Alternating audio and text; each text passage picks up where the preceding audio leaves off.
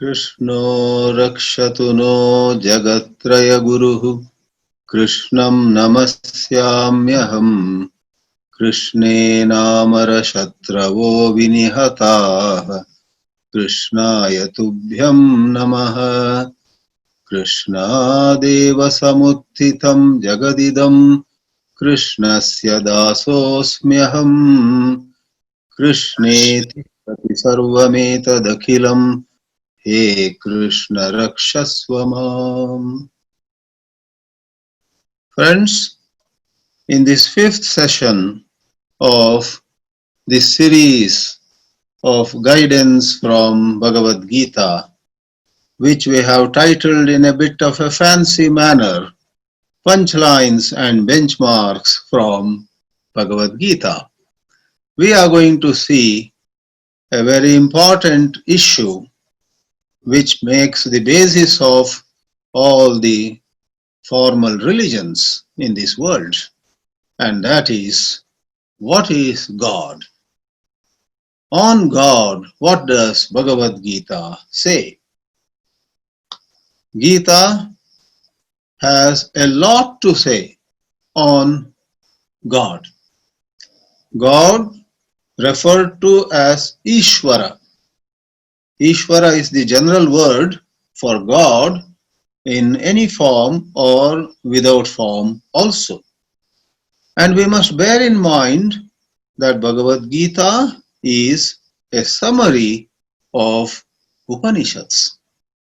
And Bhagavan Sri Krishna does justice to the profound teachings of the Upanishads on one hand and to the needs of upasakas, worshippers who conceptualize that supreme truth in various ways, divided vertically and horizontally. What I mean by vertically is God is understood in very refined ways also, and on lower levels vertically, God is visualized in very gross form also by worshippers. What I mean by horizontally is, especially on lower levels, God takes numerous descriptions, numerous forms, numerous roles God seems to play, and I called it horizontal because these different roles are somewhat of equal value. All right, in which chapter does Sri Krishna talk about God? He begins right away in the second chapter. It is said that the first 6 chapters relatively talk less of God and devotion to God. It is the second bunch of 6 chapters, namely 7 through 12, which open up the topic with a bang.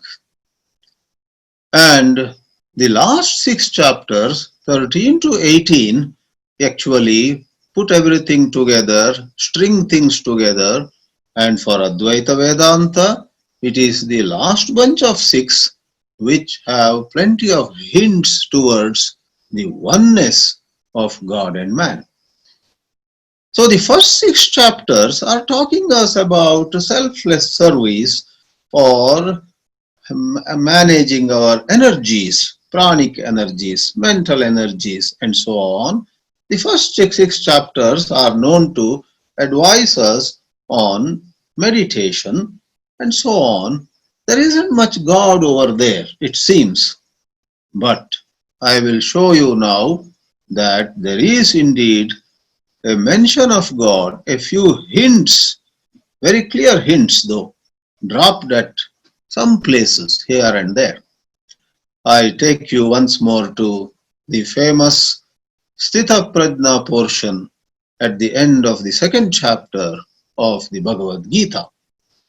As you know, Sri Krishna defines a man of steady wisdom as someone who does not come under the sway of the ever unsteady senses.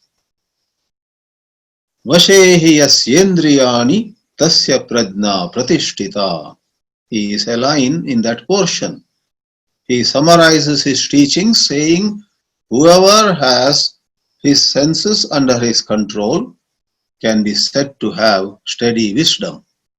But what is the experience of you and me? More we try, more we fail in dealing with these sense organs. Ears and nose, tongue and skin, and of course the eyes. Sometimes one or two of them, sometimes all of them really hijack us. And at a time of such frustration, saying, I am unable to handle myself, I plan, but at the time, at the spur of the moment, at the actual moment of challenge, I just fail, is the cry of many a seeker. It is exactly over there, and at this point, let me share the screen and show you the very first slide for this evening.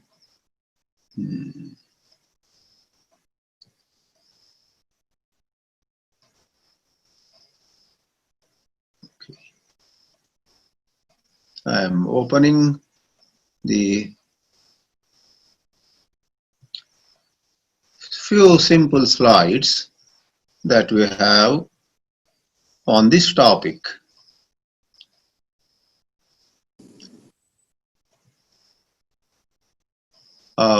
Can an organizer tell me whether this slide is visible? Not yet, Swamiji. Okay, because what happens is, all right. I think I have to now say, oh,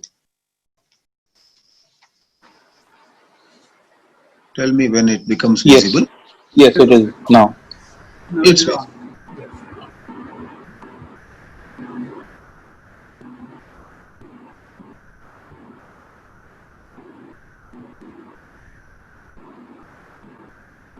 I'm removing a few more frames on my screen which block the slides for my own vision. Oh, more and more are coming on my screen. What to do? Oh, let them remain. Okay.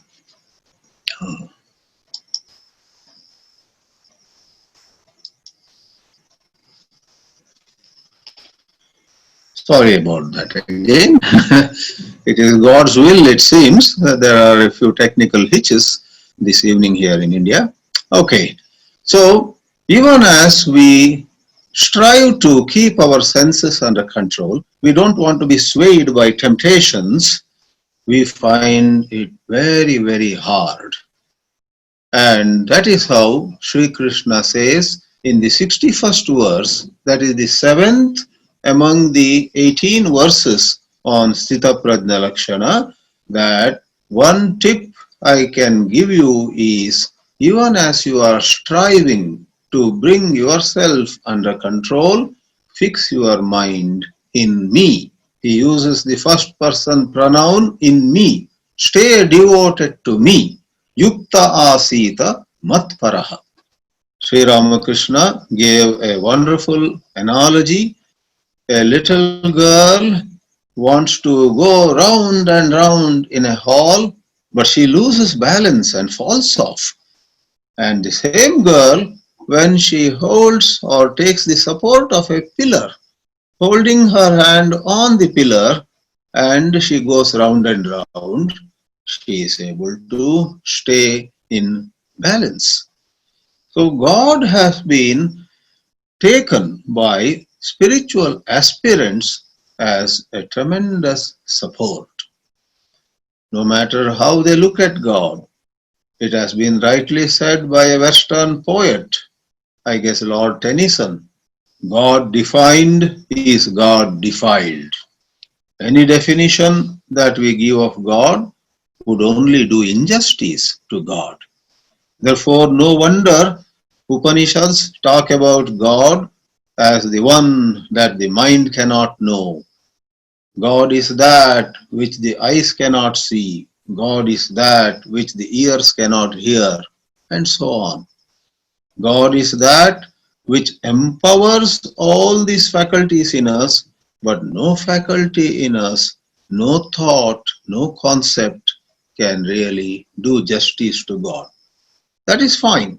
That is what I called earlier the height on a vertical scale, the height of the teaching in the Gita. But on a bit easier level, it is said, and I must quote once more great mystics like Sri Ramakrishna, they said it doesn't matter how you visualize God. Begin with a childlike faith. Think of God, whatever way you are comfortable with, and thinking of God as being with you, go ahead with your spiritual practices. And on a philosophical level, the appreciation of God can in fact increase when we realize the utter limitations of our will, the utter limitations of our intelligence. There are times in life when we think we are very smart, but then when things break down, in fact, at this time of COVID-19, taking the whole world on a ride, everyone has been given the strong message. Oh man, do you still think that you are the master on this surface of the earth? Do you think that you have conquered nature? Do you think that you are the supreme creature here on this earth? COVID-19 seems to stare in our face and ask us this question. So, in matters outside and in matters inside us, dealing with our own thoughts and emotions, it seems that God is the greatest support. Therefore, right in second chapter, as you know, that is where Sri Krishna's teachings begin. First chapter is all Arjuna's Vishad, despondency, Arjuna's grief. And as a Swamiji of Vrindavan had put it nicely, Akhandanandaji, first chapter is Arjuna's Vishad, and the next 17 chapters are Sri Krishna's Prasad. Sri Krishna gives Arjuna the greatest gift, and through Arjuna, all of us are benefited too. So here we are, Mat Paraha, stay devoted to me, and then see how your whole approach to your so-called sadhana, or for that matter, your approach to life can change. This is the input that Sri Krishna makes. From where he begins his teachings, I now take you to the place where he concludes his teachings. In the 18th chapter, he throws another wonderful hint at the relation between God and us.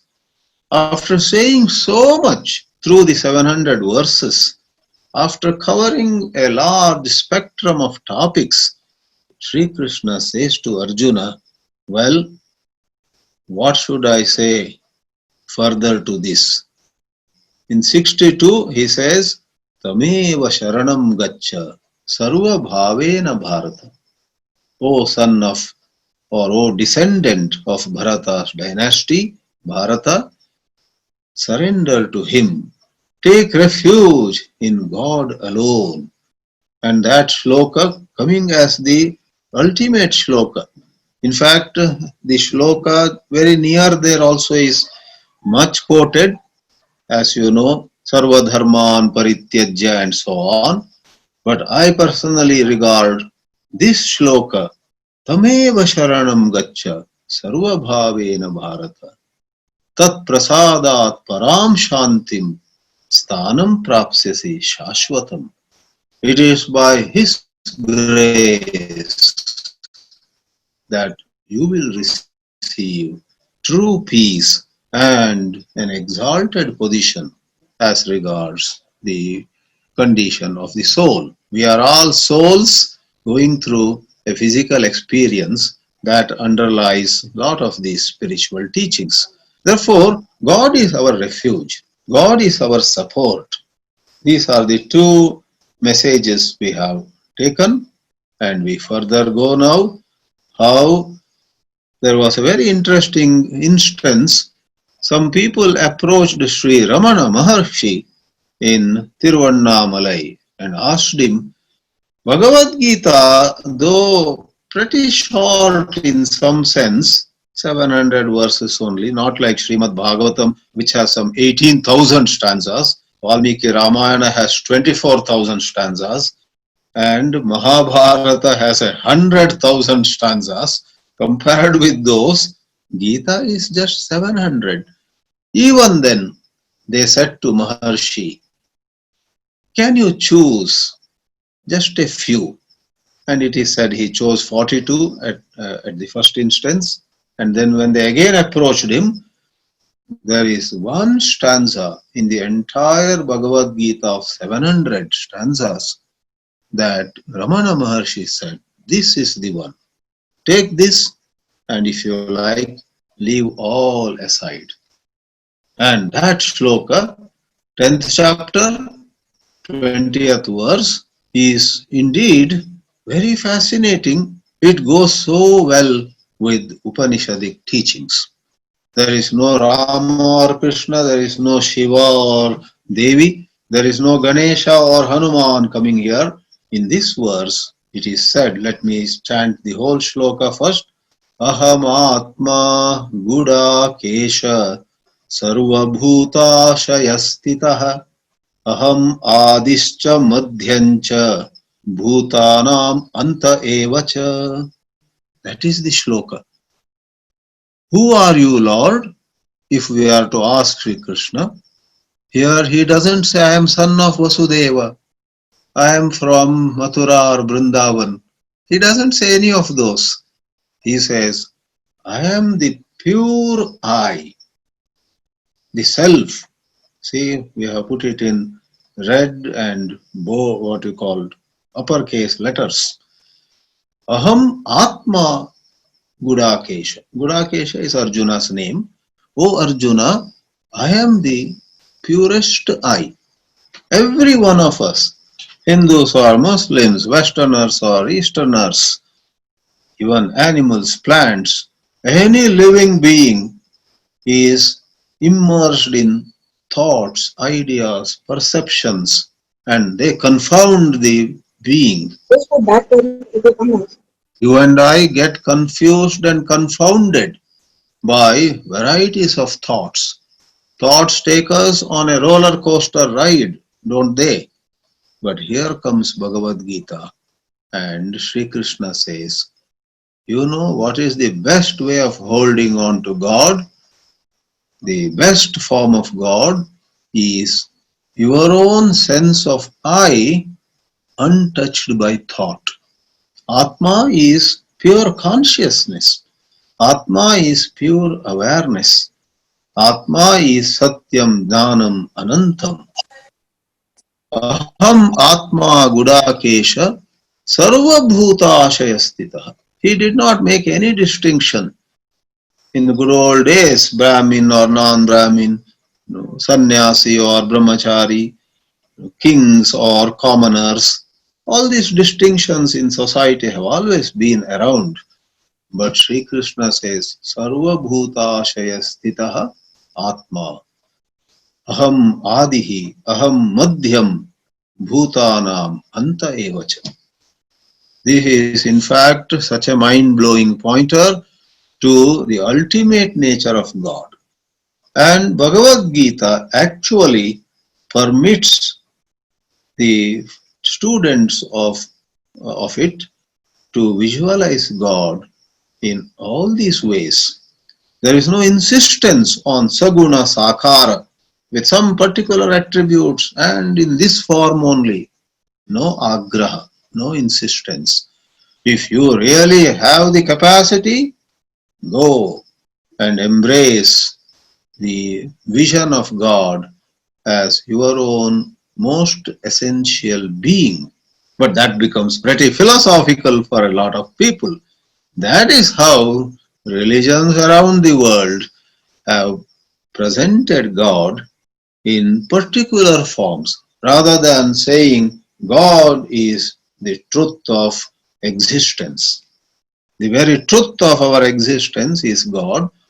What is presented to us by thoughts is only an appearance.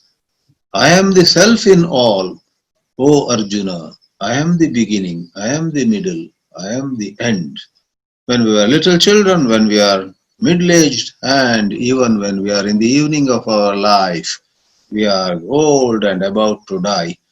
Sri Krishna seems to smile at us and say, really you have not changed. It's the body which has changed. You are Adi, Madhya and Anta. You are the pure self.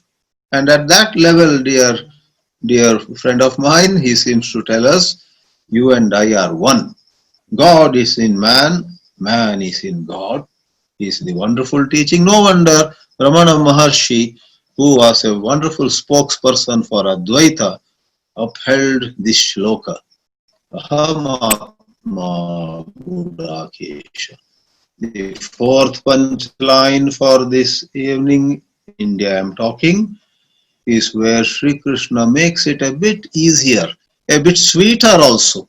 Rather than talking in high philosophical language, I am the beginning, I am the middle, I am the end, and so on, he says, oh dear Arjuna, please know me to be present in everyone's heart. Sarvasya cha aham hradi sannivishtaha. Hradi same as hridaye. I am in the hridaya, in the heart of all. Then why go to Kashi? Why go to Mathura? Why go to, Kanchi? Why go to all those holy places? Let me tell you, spirituality of Bhagavad Gita does not insist that you go here or there. But it does not forbid you also. If you find some practices, if you find visiting some temples or ashrams having a certain healthy influence on you, go do it. But God in reality is the truth in your own heart. Sarvasya cha aham hradi sannivishtaha. Let me give to you, as the black letters at the bottom of the slide also show, a little metaphysics here. What do we think of God? Let's not reduce God to something limited to some place and some time zone. No, how can God be limited to some space and some time? Space and time are in God. God is not at some point of time or some point of space. Cause and effect appear upon God. Therefore, God is to be understood as transcendental. But that transcendental truth is also immanent. Immanent meaning it is present everywhere, in everything. It is present in the entire manifestation. Therefore, we have mystics and great gurus telling us don't limit God to any particular place. Guru Nanak Dev, they say, was, puzzled when somebody was offering some arghya, some water, as a religious offering in the direction of some holy place. And he said, what are you doing? And that other man said, I'm offering this holy water to God who is over there at such distance. And Nanak Dev said, okay. And he was traveling at that time somewhere in India, and he started pouring some water in some direction. And the other man said, what are you? Are you mad? You are wasting all this water. And in this well-known story, Nanak Dev says, no, this water will reach the fields in Punjab where I have some crop coming up. And the man got the message that these rituals have some sentimental value, but God in His majesty, in His total significance, is way beyond being limited to some place or some window of time, and so on. Therefore, someone said, you know, temptation is everywhere, but so is God too. In the context of, that good old theme which we began with, self-control, handling the senses, handling our emotions, handling our frustration or boredom, all those. Now, in that context, one of the challenges you and I have is some temptations. But God is also everywhere. It was also said nicely by another devotee, don't tell God how big your problems are. On the contrary, tell your problems how big God is. God is something beyond the confines of imagination, any concept. And to make it a little sweet in expression, He is in our own heart. In no way it limits His pervasiveness. Now we go to the last but one. I would say, if you ask me which chapter in the Gita talks maximum on God, I would say it is chapter 9. And I personally feel that it is chapter 9 which has been called Rajavidya Rajaguhya Yoga. It is that chapter which really deserves to be called Bhakti Yoga. For in chapter 9, lot of inputs are given to clarify our position, our relation with God, and what is more, we are we are assured of God's protection. Before I take this line which is upon the slide, you know the famous statement, Yogakshemam Vahamyaham, is in chapter 9. I take care of my devotees. Whoever has that true love, not fanatical love, not that showy love, not exhibitionism, not some kind of arguing my God is stronger than your God. What is this? My God, your God, his God, her God. That is all silly. That is all childish. Whoever has a certain deep feeling for God who belongs to all, who loves all, who protects all, such a person is pointed to by Sri Krishna, Ananyas Chintayanto Mam Yejana Paryupasate Tesham Nityabhiyuktanam Yogakshemam Vahamyaham. In that very chapter, there are so many other, and I'm going to take one topic tomorrow or day after, where the radical transformation of a human being through devotion to God is touched upon in this chapter 9. But for now, pointers to who is God. It is said here, all that happens is by God's will. There are glorious shlokas. In the 19th shloka, which I have specially mentioned here, he says, Tapami aham. It is I who scorch the earth. Now, even in the hills, I live in Himachal Pradesh. Last few days have been pretty hot. So-called cool places also get warm. Not to mention Chennai or Bombay, Goa or Varanasi and so on. They are all 40, 42 degrees Celsius, as many of you know. Tapami aham, it is I who heat the earth, and it is I who bring down rains, and Nigrhanami, it is I who withdraw rains also. So take a look at chapter 9. Lord Krishna talks about his overseeing, his actually bringing about everything. So he is in macrocosmic phenomena, he is in mega phenomena of this universe, and he is involved in tiniest, smallest matter also, even in the whisper of a little baby, even in, as Kabir I think said, God hears even the steps of an ant. Why should we loudly call him out and so on. Thus, all that happens is by God's will. When they asked Maharshi Ramana, can you show us God? He did a very funny thing. I believe he just lifted a finger and he started moving it. And the visitor wondered what this Maharshi is trying to say. And then Maharshi spoke in the Upanishadic language. God is the power thanks to which the finger is able to move.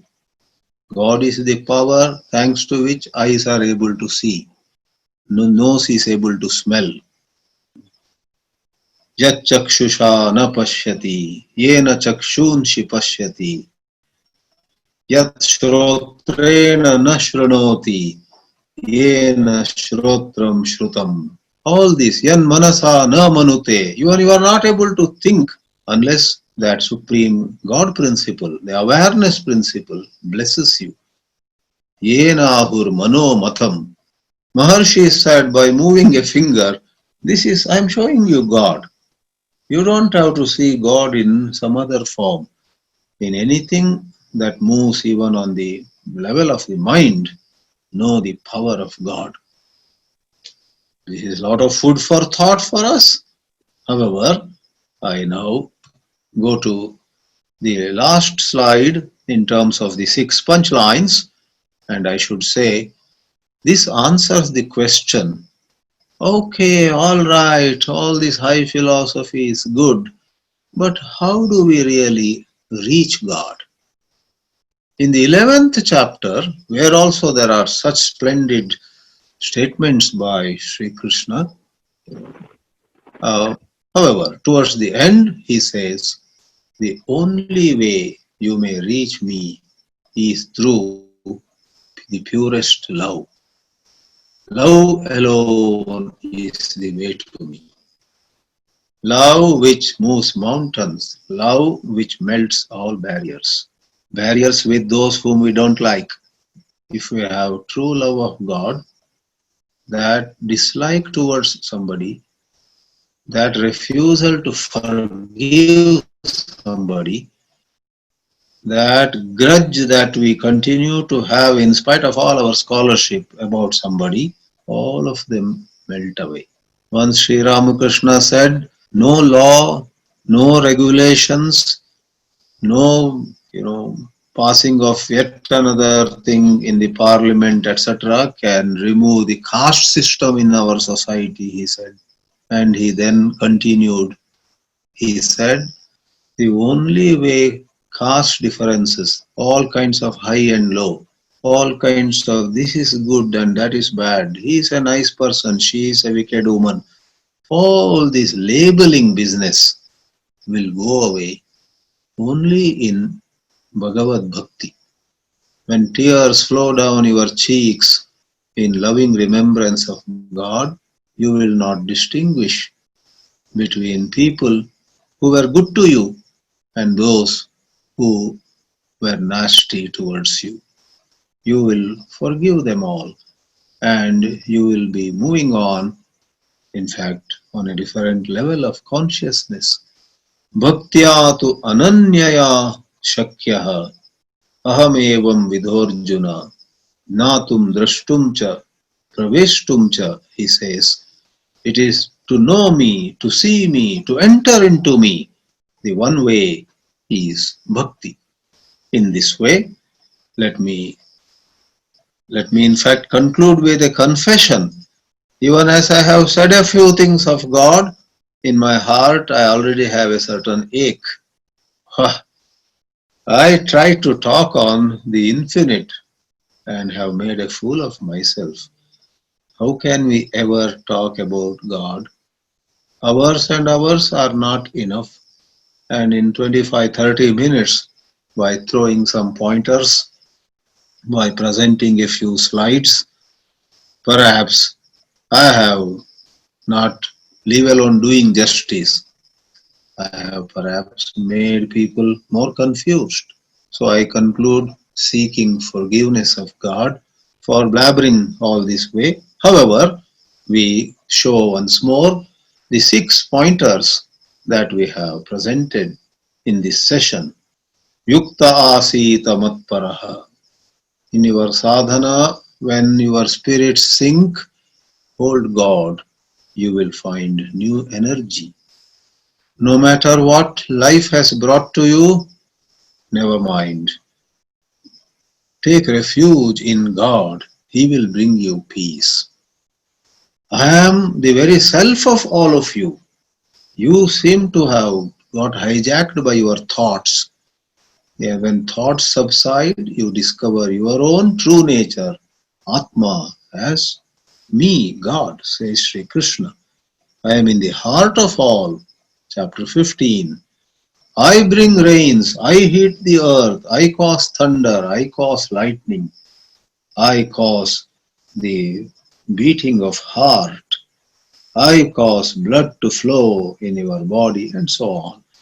And most importantly, we must let go of all our artificialities, all our cleverness. We must let go of trying to be smart and hoodwink people.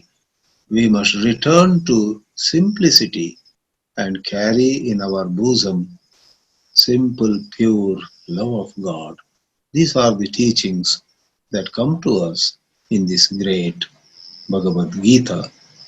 Om Namo Bhagavate Vasudevaya. Please feel free to ask questions at this moment. Hari Om Swamiji, this is Yes. Anubhav. Ah, Swamiji, I wanted to ask how do we intensify this desire for liberation? I'll share with you the answer I got from the Mahatma in Tiruvannamalai.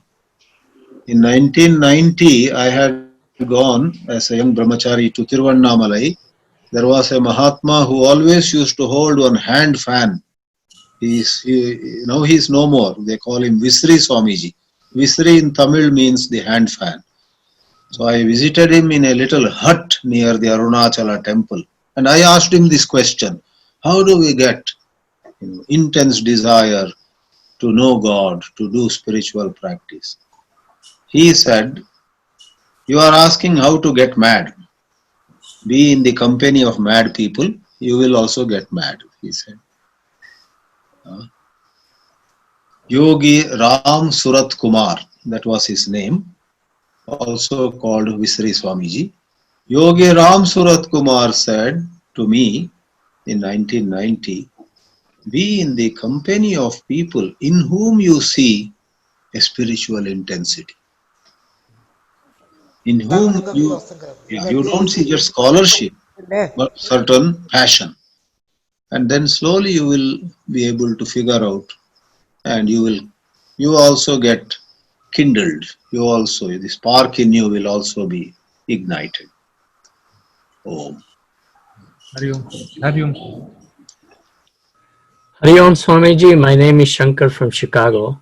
Yes. In the 10th chapter, 20th, Ahamatma Gudakesha. Ma.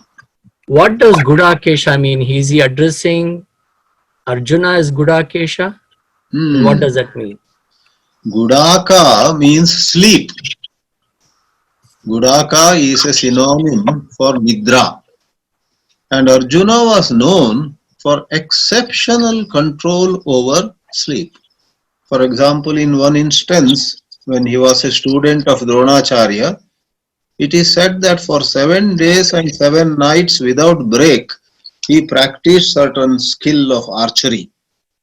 So Arjuna had an exceptional control over Nidra, and therefore he got the name Gudakesha. Gudaka plus Isha. Is there a reason Swamiji, why he uses that word there? Or is it just... No, there is an inner meaning. When we take a second look, in order that one appreciates God is the self of all, a great awakening is required. Great alertness, awareness is required. Unless we have a tremendous awakening in us, we limit God to someone limited in space and time. Therefore, this nidra is not to be taken literally as the well-known form of sleep, but going into certain limited thinking is also a form of nidra. We must rise above limits of thought and become Gudakesha to understand Ishvara in all his majesty. Yeah. Take nidra in a figurative sense also. Thank you, sir. Hello, Swamiji. I'm Priya from Pune. I would like to know, when does a child develop spiritual maturity? That is, when will he be able to distinguish from good and bad, and when does he know the presence of God in existence? I am no psychologist, but my simple understanding, Priya, Yes. is that learning begins within a few months after we are born. Ah, yes, that's true. Yes, Yeah. very much. But then, depending on samskaras, depending on facilities, environment, it may speed up at times or it may be slower. In fact, have we not believed in prenatal learning also? Abhimanyu was learning from Narada even when he was in the womb of Subhadra, right? Right, So, right. so learning is, it begins right in early childhood, and then it takes wings. Then if inner sanskaras, that is inner impressions, and the outer, conduciveness, they match, then that's how some children, become child prodigies. The potential in them blossoms even as others look at it with awe. Okay. Thank you, Swamiji. Welcome. Hari Om Swamiji. Yeah, whoever asks has to unmute the Hari Om mic. Swamiji. Yeah, tell me. This is Who's- Suruchi. Yes, Suruchi, tell me your question. Swamiji, as I understand from the lecture today, defining God is very difficult, because in some way it's a very abstract concept for everybody. Yeah, yeah. So why isn't there an acceptance of His presence? Why are we hankering? Why do we need to? Isn't it like a futile human approach? Like, we want to know everything about science. We want to know everything about God also, instead of Yeah. just accepting that. I mean, there are numerous scriptures, books, religions, saints. Yeah, yeah. Why this hankering after trying to know God? Because God is our own true nature. In the name of knowing God, knowingly or unknowingly, we are actually to know ourselves. Therefore, self-knowledge and knowledge of God go hand in hand. Who are we? What is our true nature? And is this ego really my nature? These questions come to any thinking person. But we get derailed, we get distracted because of attachments to lower things. Somebody wants power, somebody wants pleasure, somebody even in the name of God is seeking to establish his superiority. I am a better scholar than everybody else. That is how all of us get derailed. We miss the bus. We forget our true, the need. The true need is to know oneself, to know God, which are not so different. Swamiji, Subramaniam from Dallas. Right. I have one question. To experience the infinite through the finite form, Yeah. Is it better to have Ishta Devata? In one, that is the first part. Second, when I go to temple, you have various forms of God. Yeah. Sometimes I feel praying to every God divides my attention. So is it better to exclusively focus on one form if to experience that infinite to the finite? I want your comment.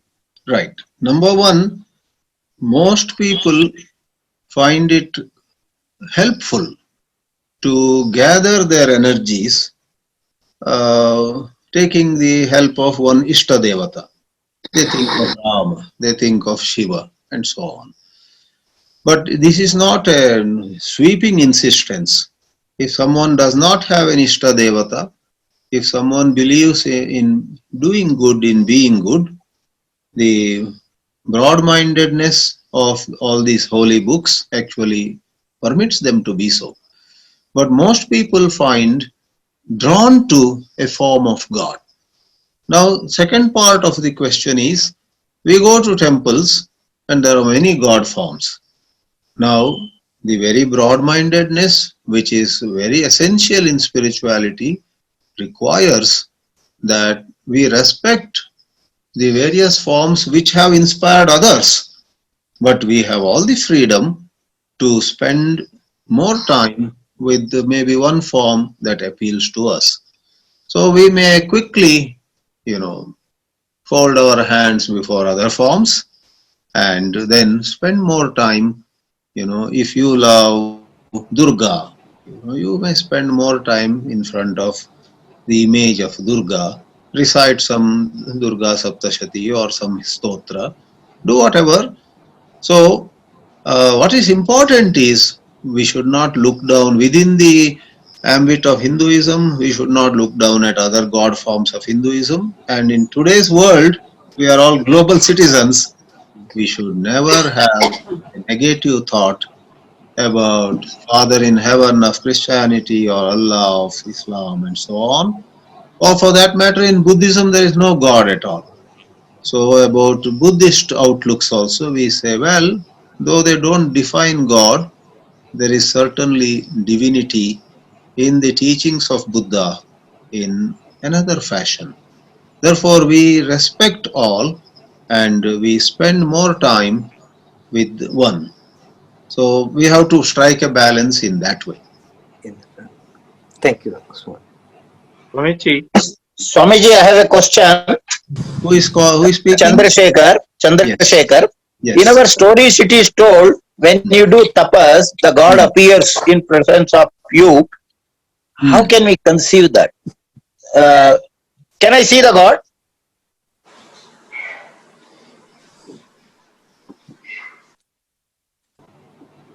Your voice broke a little bit. I am not hearing you. In stories, it is told the God appears when you do tapas. Yeah. Shiva, Krishna, Narayana, Brahma appears when we do tapas. Can I see the God? Yeah. Yeah.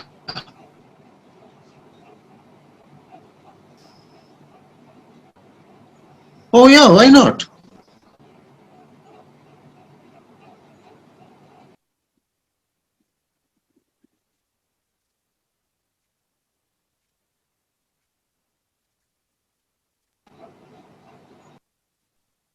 Unmute, yeah.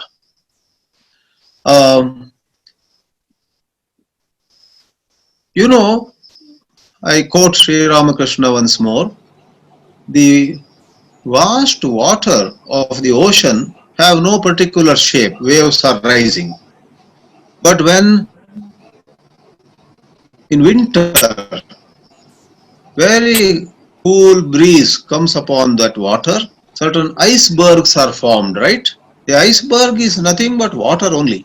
Sri Ramakrishna gave this illustration to say that infinite God, the infinite truth called God, has no particular shape or form, but responding to the cool breeze of devotional sentiments of the devotee, that God appears in any form that the devotee may wish to see. So all that is a relative truth. The absolute truth of God is no guna, no akara, no name, no form, no attributes.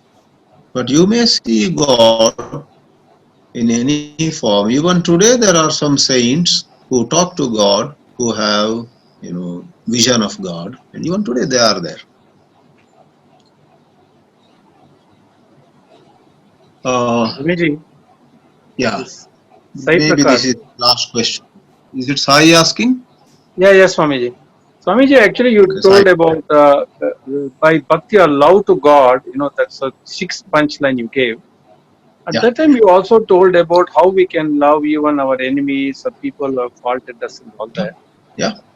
This is exactly what we do in metta meditation in Buddhism, actually. So, Yes, metta. Yeah. but of course, there is no God there. But I think that is how probably one realizes the Advaitic principle of universal consciousness Well being said. there Well in said. everyone. So it's Yeah. interesting. And the other one is in Jainism, we have the Jainism Mula Mantra itself. We pray to so many gurus, starting from Arihants and then Sita Purushas and so on. So there, of course, we'd go through Guru, but then so many forms come because somebody asked a question: if you're having too many forms to love, then there may be some, dilution. But I find this an interesting thing. In fact, every day I pray to some 16 gurus, including you, and I find it very soothing. And of course, finally, I All go right. into All my right. I think you are sharing some thought. yeah. Thank Yeah. Well, your point is well taken. Thank Okay, over to organizers.